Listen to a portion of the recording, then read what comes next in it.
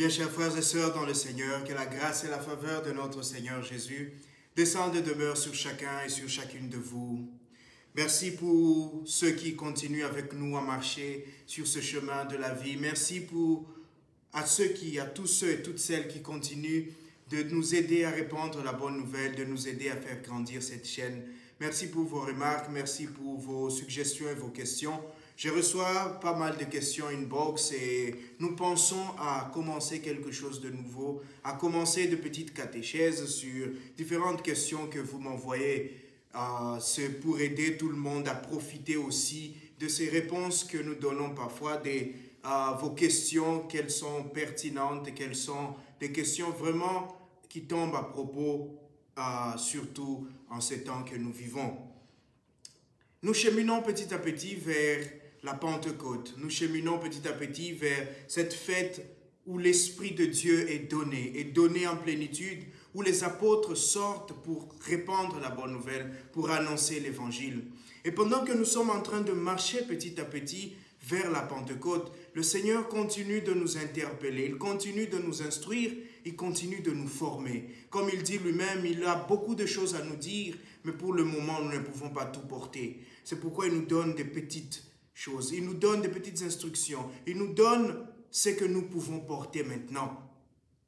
Et nous savons qu'en ce 6e dimanche de Pâques, le Seigneur vient encore nous interpeller. Puisque nous sommes si proches de la Pentecôte, puisque nous allons recevoir son Esprit Saint, il y a des choses, il y a des dangers qui nous guettent. Il y a ces éléments-là sur lesquels nous devons faire attention comme Église, parce que cela peut entraîner notre chute. Cela peut nous détourner même de Dieu. Il y a 2 éléments dont je vais partager aujourd'hui et qui reviennent dans les Écritures. D'abord, nous avons la compétition. La compétition qui est couplée avec un certain complexe. Et le 2e élément, c'est le mensonge.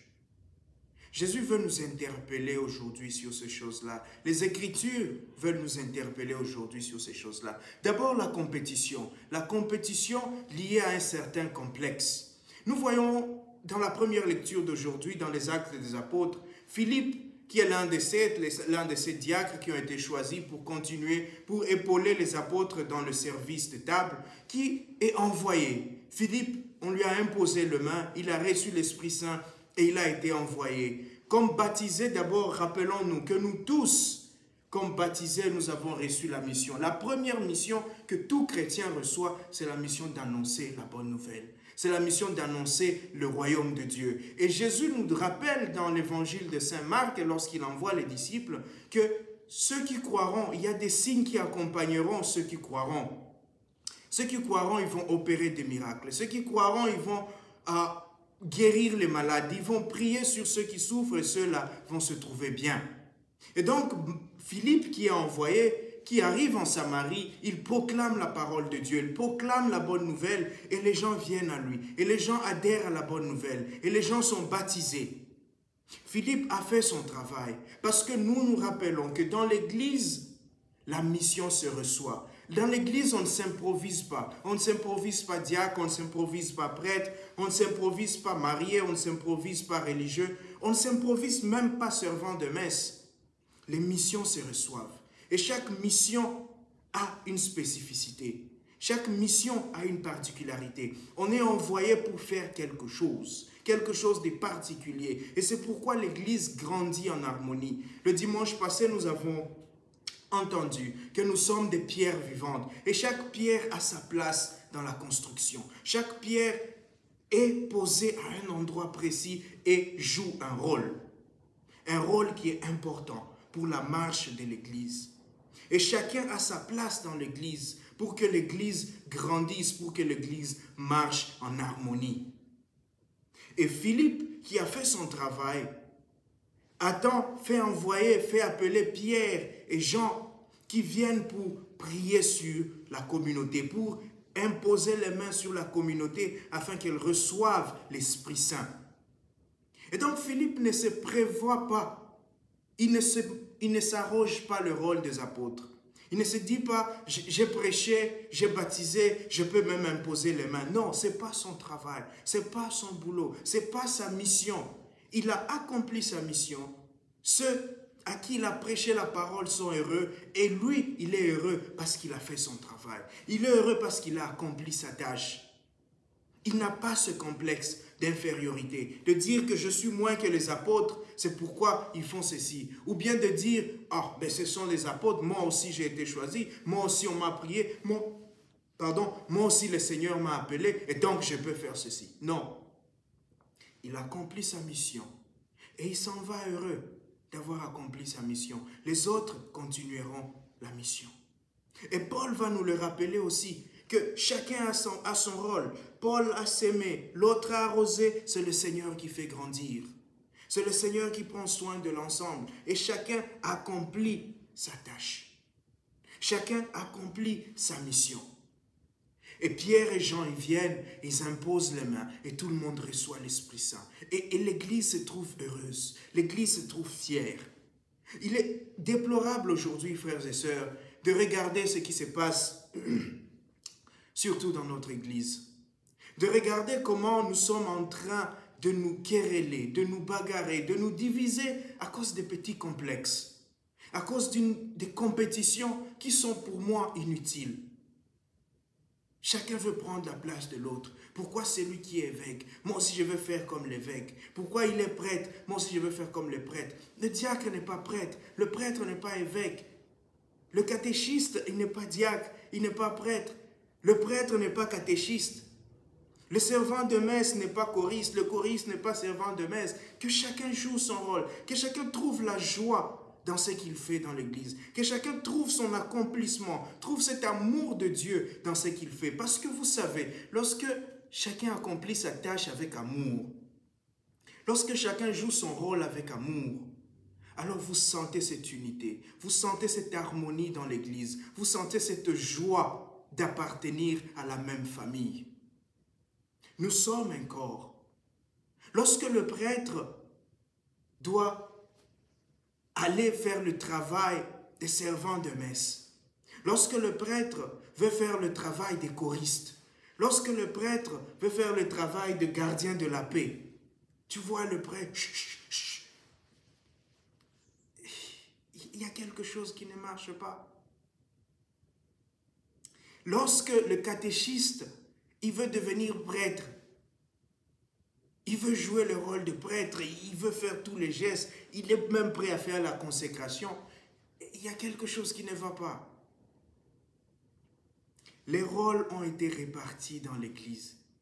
Et Dieu qui a réparti le rôle, Dieu qui a donné les charismes, Dieu qui a donné les dons, Dieu qui a donné l'autorité à chacun selon sa place et son rôle, il n'est pas bête.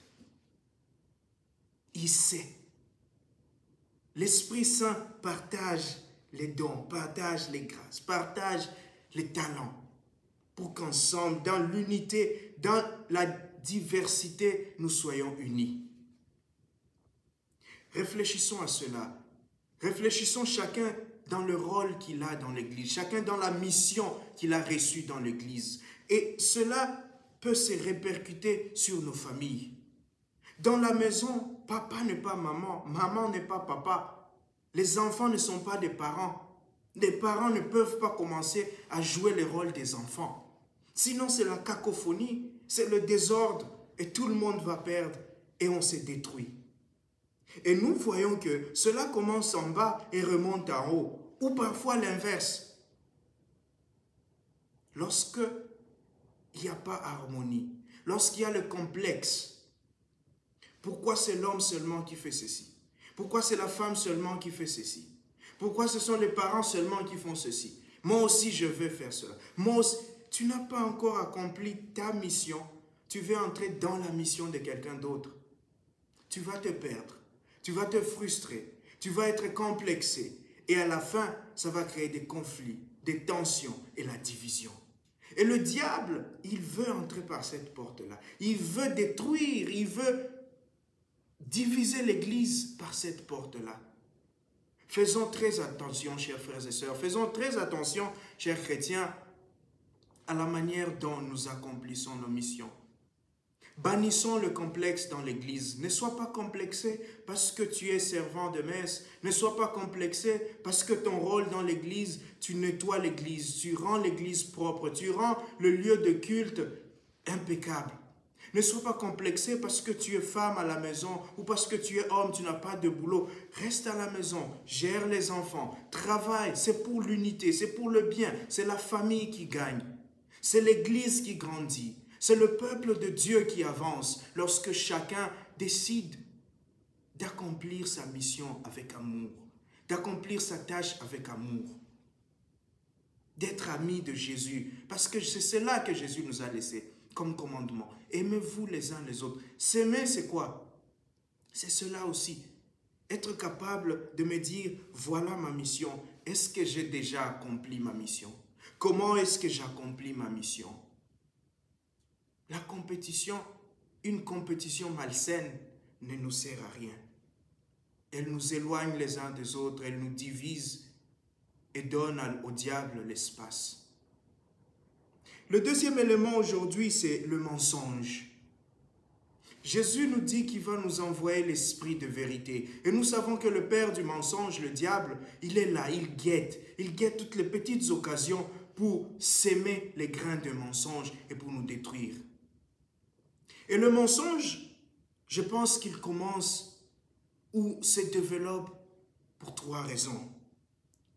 D'abord, lorsqu'on n'arrive pas à s'accepter. Et cela est en lien avec le premier point. Lorsqu'on ne s'accepte pas soi-même, on veut devenir, on veut paraître tel qu'on n'est pas. On veut que son être et son apparaître soient différents de ce qu'on est en réalité. On commence à mentir. La deuxième chose, c'est le désir de plaire à tout le monde. Quand on veut plaire à tout le monde, on finit par commencer à mentir. Parce que tu veux que celui-là te voie comme ceci. Tu veux que celui-là te voie comme ceci. Tu veux que tout le monde t'aime. Tu veux que tout le monde t'applaudisse. Tu veux que tout le monde te loue. Alors tu commences à mentir. Tu commences à créer des histoires sur toi-même. Tu commences à créer une légende sur toi-même. Tu commences à faire croire aux gens ce que tu n'es pas. Et le troisième élément, c'est la peur d'être rejeté, la peur d'être abandonné. Tu te dis, si je dis la vérité de ce que je suis, peut-être qu'ils ne vont pas m'écouter, peut-être qu'ils seront contre moi, peut-être qu'ils vont m'abandonner. Et nous avons l'expérience, la grande expérience de Paul. Paul qui arrive, qui est converti, qui arrive à la synagogue, et tout le monde le regarde, tout le monde a peur de lui, et il commence à parler de Jésus. Les gens sont inquiets, se disent, mais est-ce qu'il est en train de mentir? Est-ce qu'il veut nous montrer une image qu'il n'a pas pour qu'on le suive? Et après, nous allons tomber dans les pièges, et il va nous attraper, il va nous amener à Jérusalem. Ou même aujourd'hui, dans les textes, Philippe qui arrive, il a été choisi comme un diacre. Il prêche la parole. Il aurait été tenté de se présenter comme un apôtre, parce qu'en Samarie, peut-être que les gens ne connaissaient pas la différence, qui est diacre, qui est apôtre, qui est ceci. Et il pouvait commencer à imposer les mains, à faire tout ce que les apôtres font. Mais Philippe, il a combattu ce piège-là. Il a combattu cette tentation-là, la tentation de mentir. Il ne voulait pas être ce qu'il n'est pas. Il a refusé d'avoir peur d'être rejeté. On dit, mais toi, tu ne peux même pas invoquer l'Esprit Saint sur nous. Toi, tu ne peux même pas nous imposer les mains pour que nous recevions l'Esprit. Tu es moins. Toi, tu es moindre. Toi, tu n'es pas à considérer. Philippe a compris qu'il a une mission. Et que cette mission doit s'accomplir dans la vérité. Il avait reçu l'Esprit Saint. Et l'Esprit Saint qu'il a reçu, comme dira Jésus, c'est l'Esprit de vérité. Et c'est cet Esprit que nous allons recevoir. C'est cet esprit que nous devons continuer de demander au Seigneur, comme Église, comme famille, comme communauté chrétienne ou communauté religieuse. Demandons à Dieu de nous donner l'esprit de vérité. Parce que là où il y a la vérité, il y a Dieu. Là où il y a la vérité, il y a l'amour. Quand on aime, on est vrai. Vous savez, même dans une relation humaine, quand le mensonge commence à entrer dans une relation, ça veut dire que cette relation et au début de sa fin. Quand on commence à mentir à la personne qu'on prétend aimer, ça veut dire que l'amour commence à partir, que l'amour commence à s'effriter, que peut-être il n'y a même plus d'amour. Parce que mentir, c'est comme je dis, devenir ce qu'on n'est pas. Mentir, c'est pactiser avec le diable. Mentir, c'est vivre dans ce complexe-là, dans cette peur de ne pas être accepté tel qu'on est. Mais quand on est dans l'amour, quand on est dans la vérité, alors le Seigneur est là avec nous. Alors le Seigneur, lui qui est présent en nous, lui qui dit qu'il est avec nous et qui sera avec nous, nous serons dans le Père et dans le Fils et dans l'Esprit. Alors il fera que les autres qui nous écoutent, ceux qui nous voient vivre, viennent à nous sans difficulté. Et que ceux qui nous rejettent aussi, puisque nous sommes dans la vérité, puisque nous sommes dans l'amour, puisque nous avons choisi le chemin du Christ. Frères et sœurs, en ce dimanche, prions pour que le Seigneur nous aide, qu'il aide l'Église, qu'il aide nos familles à vivre dans l'harmonie, qu'il aide nos familles à aller loin du complexe, loin des compétitions malsaines, qu'il nous donne la grâce de la vérité et de l'humilité, que nous apprenions à nous accepter tels que nous sommes, que nous apprenions à travailler chacun dans sa mission, dans l'excellence. Aujourd'hui, nous savons que dans cette partie du monde où j'habite, c'est la fête de mère. Et je voudrais extendre cette fête de mère à toutes les mamans, à toutes ces femmes qui, dans le monde, continuent d'aider l'Église à grandir et à être une Église humble et vraie. À toutes ces femmes qui servent avec cœur, avec courage, avec passion et avec compassion. Chère mère, que Dieu continue de vous bénir, que Dieu continue de vous donner son Esprit Saint, qu'il fasse descendre sur vous la force, le courage, la grâce, qu'il vous comble de ses bienfaits comme il en a comblé la Vierge Marie, et que ce mois qui est aussi le mois de la Vierge Marie, qu'elle intercède pour vous. Toutes ces mamans qui souffrent de violences conjugales, que le Seigneur vous réconforte, que le Seigneur vous donne la lumière, qu'il vous donne la sagesse et le discernement afin que vous sachiez faire ce qui est juste. À toutes ces femmes qui, partout dans le monde, souffrent pour nourrir, pour garder leur famille, celles qui vivent seules, que le Seigneur continue de vous garder et de vous fortifier. À tous ceux qui ont perdu leur mère, à tous ceux qui chaque jour pleurent leur mère, rien ne peut remplacer une mère. Que le Seigneur soit votre consolation. Que vos mères continuent d'intercéder pour vous. Que là où elles sont, leur amour continue de vous guider, leur grâce continue de vous éclairer et que leur force continue de vous garder debout.